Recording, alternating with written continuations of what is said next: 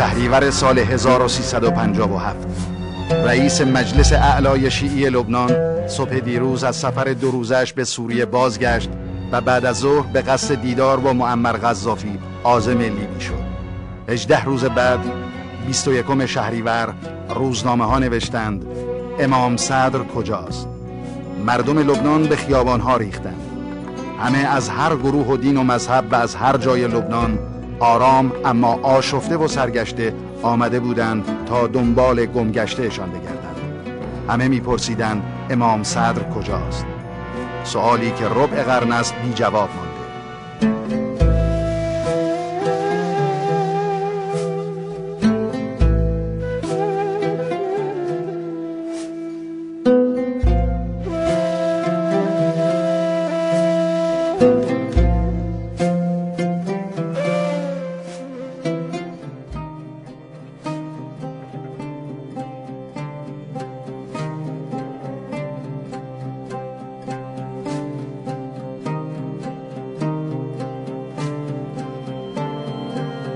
نزدیکترین راه به خدا بعد از ایمان به خدا خدمت مردم، این شعارشون.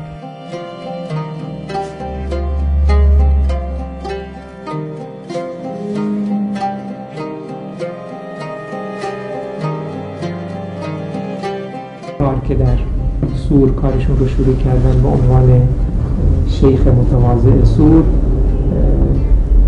بعضی وقتا روزی 500 کیلومتر مثلا با ماشین تو این یک وجب لبنان میرفتن.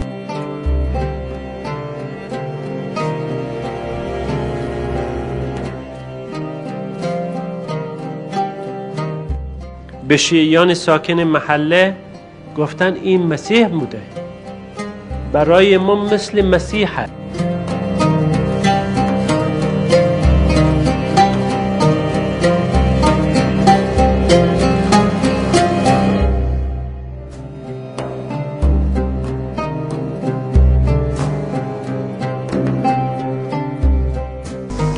آقای صدر در ایران متولد شده است و ایرانی است و با من سوابق زیاد دارد.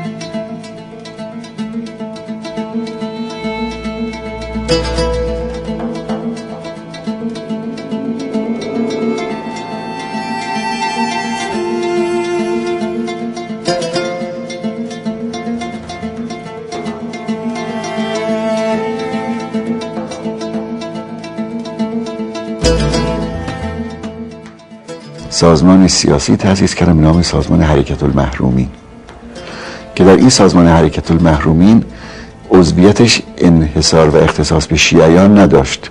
مسیحی محروم، سنی محروم، درزی محروم، فلسطینی محروم هم عضو بودند. موسی صدر شخصیتی ملی بود. چرا امروز اون رو رنگ شیعی میزنید و اون رو فقط یک رهبر شیعی مینمایونید؟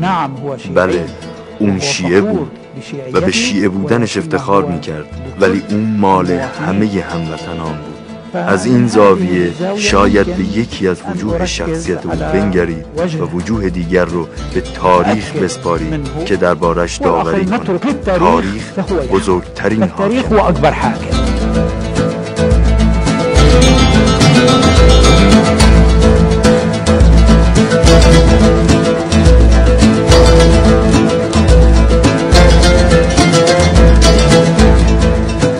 لبنان ایشون همیشه به عنوان یک کشور نمونه که تمام اقوام و ملل میتونند با داشتن عقاید و مذاهب مختلف و تعلقات گروهی خاص اجتماعی سیاسی در نهایت صلح و صفا با همدیگه زندگی بکنند. حتی در مقابل پاسخ کسانی که میگفتن که اسرائیل که قاصه باید بره بیرون، اما بعدش چی؟ اسرائیل باید یک فلسطین باید کشوری باشه که مسلمان و مسیحی و یهودی در کنار هم به طور مساوی، برابر، با حقوق مساوی و عادلانه زندگی بکنند.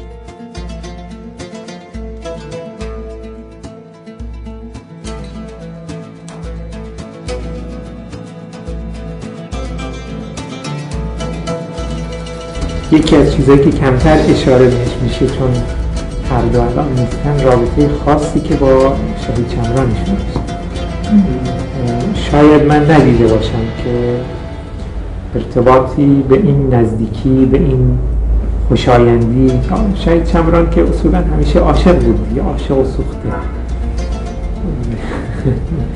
بعضی وقتا نامه‌های عاشقانه‌ای که برای دومی نوشتن ما می‌دیدیم سرقت واسه دید میکنیم، ولی هر وقتم بابا رو بعد از صحبت با دکتر چمران می‌دیدیم احساس می‌کردیم که شارژ شده و خیلی حرفا و خیلی صحبت‌ها بین اینها شده که خلاصه کسی نمی‌دونه.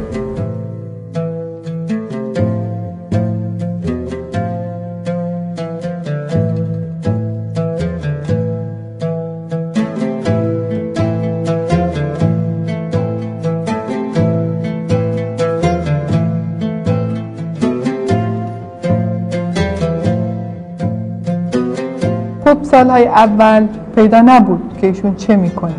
بعد که کم کم شروع شد به پیدا شدن و روشن شدن برنامه ایشون، طبیعی که خب کسانی که اهل کار و اهل فکر نبودن خوششون نمیاد.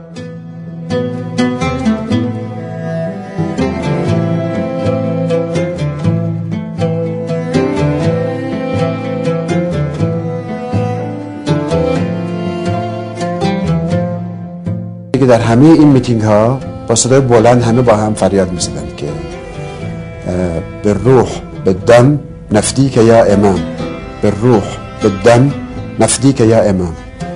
یعنی ما روح، ارواح و خون خودمون رو فدای تو میکنیم ای امام.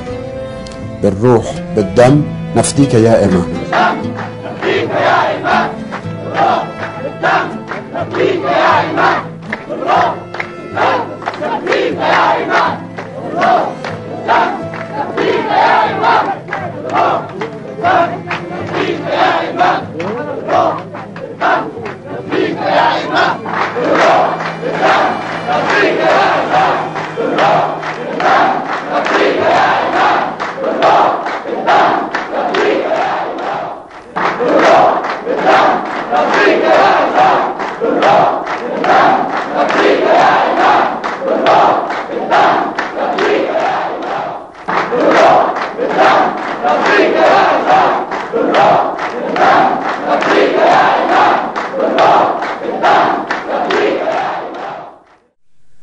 وزیر خارجه سودان جو تونس وارد لیبی داره میشه، میبینه آقای صدر در پاویون اصلا عازم خروج، اوقاتشون تلخ ناراحت.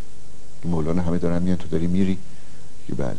یه لیموزین سیاه میاد، ایشون همراهان رو سوار میکنه میره، اما به طرف هواپیمای آلیتالیا که ایستاده نمیره. چند روز قبل از رفتنشون به لیبی ما آخرین تماس رو باشون داشتیم و از برنامه هاشون خبر داشتیم که ایشون به زودی تشریف میبرن لیبی و شاید در راه برگشت باز هم به ما سر بزنن. ولی زمانی که قرار بود برگردن به سر رسید و خبری از ایشون نشد. هواپیمای آلیتالیا صبحش عده‌ای از چیز لیبی مراجعه میکنن، ما 3 مسافر های کلاس داریم، باید با پرواز درجه 1 برن، جا نداریم. اینا به هر حال مسافر جابجا میکنن که این 3 مسافر عالی رتبه درجه 1 سوار شد. اما این مسافرها که سوار شدن آقای صدر و اطرافیان نیستن، یعنی عکسایی که نشون با تک تک مهماندارها و مهمانها و مسافرین و خلبان که نشون میدید قیافه آقای صدر قیافه‌ای نبود کسی بار ببینه و دیگه نشناسه باشه. با ما تماس گرفتن از مجلس شیعیان که ما اطلاعی نداریم و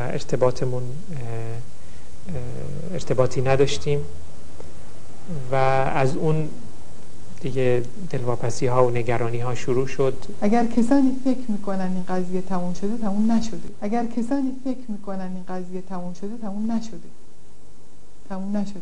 چون که معلوماتی خیلی حتمی هست که ایشون زندان مؤبده، یعنی محاکمه شد ایشون، محاکمه عربی و غربی که ایشون نباشه روی مسئولین لیبی، سفارت لیبی و هر وقت هم میگفتن بلند میشه امام در اون کشورهایی که ارتباط دارن هنوز مسئله هم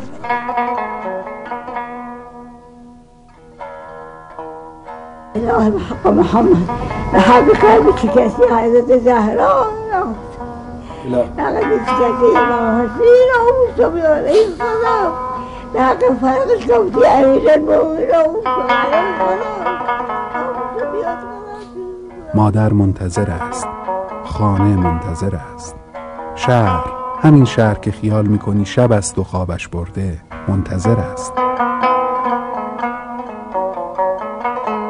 و جای دیگر کنار دریای مدیترانه کشوری منتظر است، منتظر امامش، امام موسی صدر.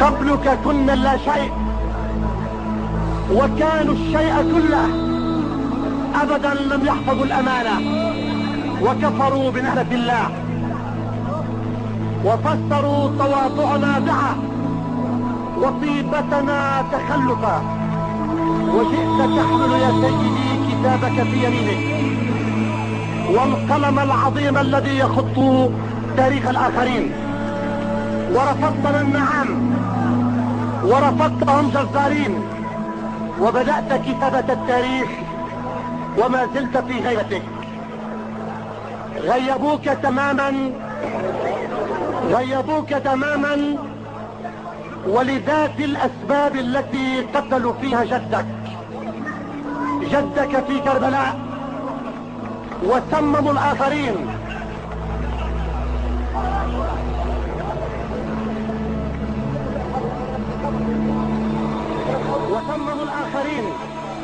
هل تعلموا أن الأئمة ال12 عليهم السلام 2 منهم ذهبوا قتلا و9 مسممين والإمام المنتظر الغائب. ممنوع عليكم أهل البيت أن تكتبوا التاريخ ولو لمرة واحدة. ممنوع عليكم أن تكتبوا التاريخ ولو لمرة واحدة، لأن كتابتكم لا تمحى، ولكنهم نسوا لغباوتهم أن ليس أخلد من مداج الدماء وليس أسطع من نور الخفاء. من أين أبدأ بالحديث عنك وكيف أرتقي وأنت أمامي في كل لحظة، في كل حركة، في كل موقف ألتجئ إليك في سري وفي علني، أبحث عنك فأجدك فيك، وأراك في صيدا بوابة الجنوب، وأراك في سور قاهرة الإسكندر، وأراك في بيروت وفي برج رحال وفي النبطية وفي كل قرية أراك في حوراء وفي مليحة، وأراك في عائدة، أراك في مصطفى شمران، وأراك في بلال فحص، وأراك في محمد سعد، وأراك في عدنان حلباوي، وأراك في عدنان حلباوي، أراك في داوود وفي محمود، أراك في كل أخ وفي كل أخت، أراك في تراب الجنوب، واليوم أراك في سماء البقاع.